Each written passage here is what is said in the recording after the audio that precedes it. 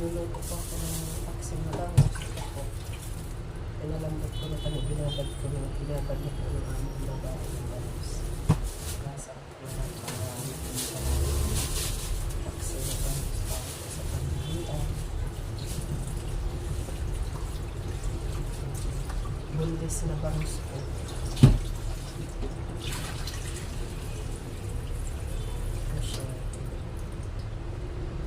Na bangus, paksing natin. Tapos siluan ko po